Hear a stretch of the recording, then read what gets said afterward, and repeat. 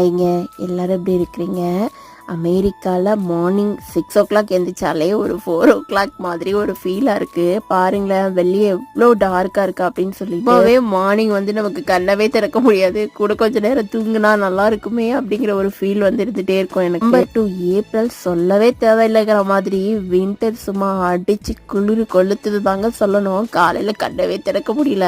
Morning எந்திரிச்சது இன்னைக்கு சாம்பார் தான் பண்ணலான்னு சொல்லிட்டு, ஏன்னா ரணதீரனுக்கும் மிதிலனுக்கும் இட்லி சாப்பிட்டாதான் மார்னிங் ஸோ மச் ஃபில்லாகவே இருக்கும்னு நான் ஃபீல் பண்ணுவேன்.